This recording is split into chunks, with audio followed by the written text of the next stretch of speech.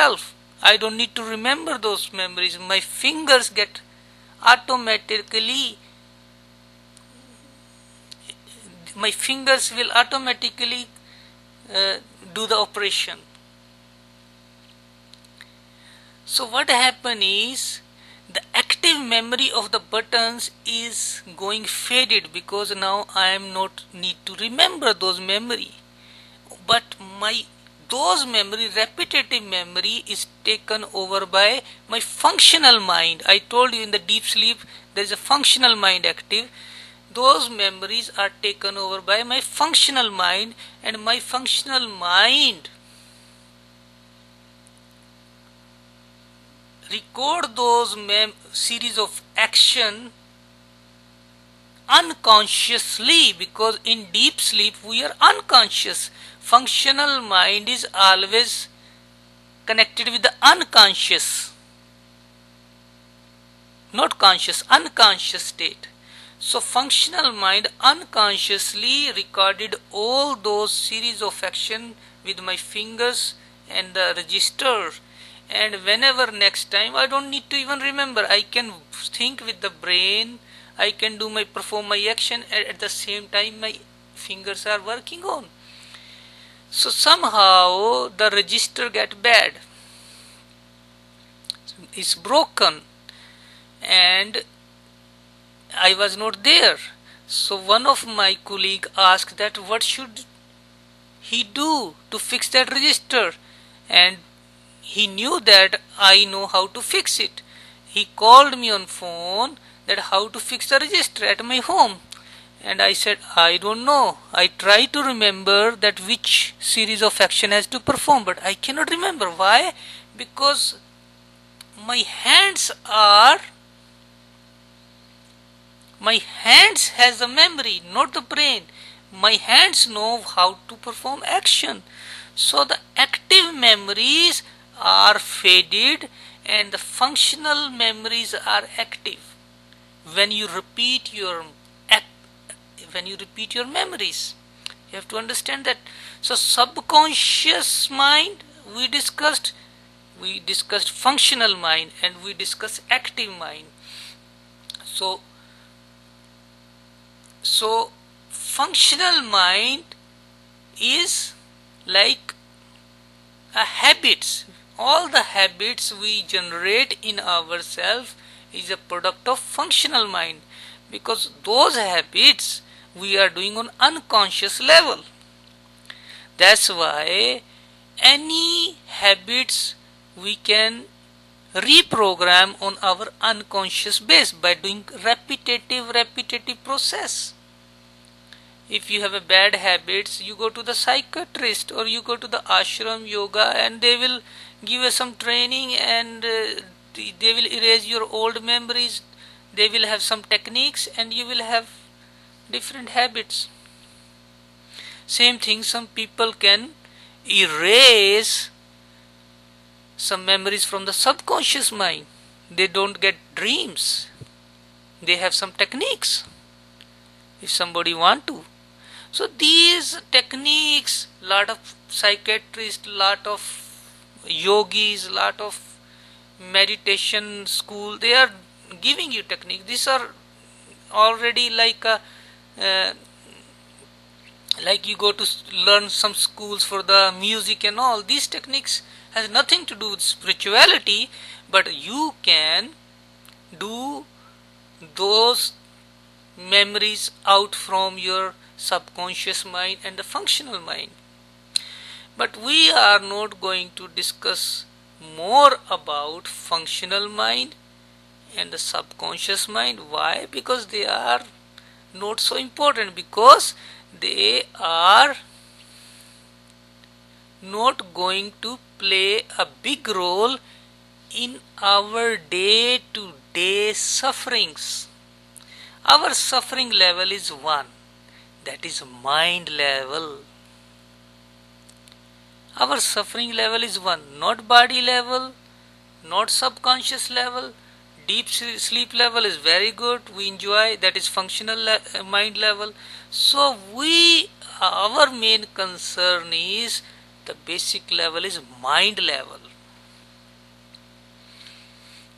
So memories are like a past, and those memory who has a ego identified. Identification means I told you in the previous chapter what is ego. Ego is identification of a thought by the mind. Mind, whatever mind think, that thought is identified by the mind is called ego. Identification of thought is ego, that I am Atul, my name is this, I am a PhD holder, I am a doctor, like that. I identify. Who identify? The outside world give me the degree. Outside attention. World give me an attention that you are, yes, you have a degree, that you are a doctor. So I get identified with this thought that I become doctor. That memory is permanent memory. Outside world is giving attention. And same way, I am giving attention to those events. Like outside world is giving me attention, I am giving to the outside world attention. Those attentions, more the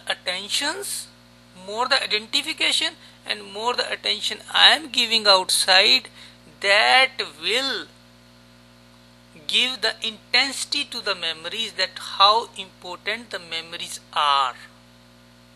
And when those events comes in front of us, right away those intensify memories pop out. If suppose I hate somebody, right, and every time I see, the memory will come out, the emotional memory that I hate this guy. And because I want to take revenge from him, I did not get chance. Every time I see that guy, my emotional memory will come out with full of energy, and I will intensify those memories. I will put more attention to those memory and put it back. Why? Because I want to take revenge, and I am start planning again. And same way, another example is, if I see, let us say, I see a Paris Eiffel Tower.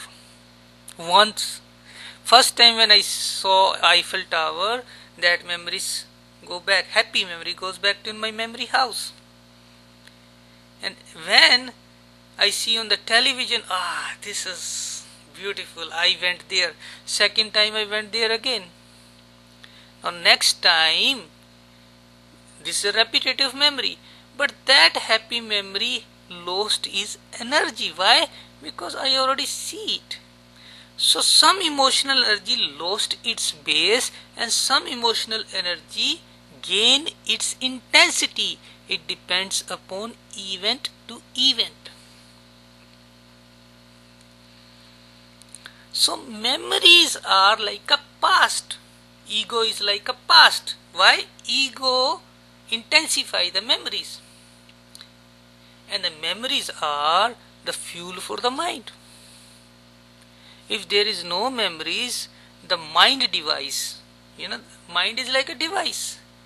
Mind device is not going to work. And from that device, the desires come out. Why? Because the senses see outside the environment, and the memories pop out by seeing the outside environment, and the desires comes out. And that desires is for the future. You have to understand that memories are the past, and the desires are possible future. And to fulfill those desires, mind give instructions to the body. That is, body have to take action. When it has to take action? Action in the present. So ego is the past, mind is the future, and the body is the present. Like memories are the past. That future is a modified present. Why? The future is going to be a present. So present is a modified future, and the past is a modified present. These are the same. It's the same time. Present is a time, future is a time, and past is a time. It's just an extension of a time. You have to understand that. So if somebody say that observe your mind, observe your thoughts, it does not matter. If you observe your thoughts, only thing is you just drop from your mind level to the body level, that is multiple thoughts to the single thought process. Check my second or third lecture. Multiple thoughts to the single thought process, that is body level. Just level change. With level change, that doesn't mean that your mind circle is broken. The thoughts pattern never broke, only the level is getting changed. Just for that duration of time, until that time you observing. Only that duration time. When you stop observing, you will come back to your original level, that is mind level. When you start observing, then come back. Observation is just an effort. Those efforts you are doing to be in a present mode so that you can get some relaxation on the mind level. But those efforts, if you start doing continuous every day, you will get tired. You will start getting headache. I guarantee you. If you start watching your body or witness your thoughts with outside attention, you will have a headache very soon. You start getting headache. I guarantee you. Why? You're doing some efforts. Efforts for what? Efforts from changing your natural level to the body level. Mind level is your natural level. And why you changing your natural level to the body level? Why? Because you have a suffering on the mind level. So suffering on a mind level, changing a natural level is not a solution. You have to be first aware of mechanism of what is the cause of sufferings, how the mind mechanism works. Otherwise, it's not going to help.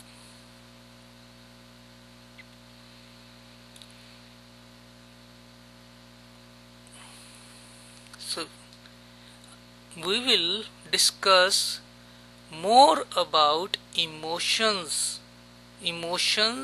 about the mind suffering level in detail, slowly in few lectures, and then we will reach. It's long path to go. It took me 22 years to reach that path, and at least you can wait for few months or 1 year.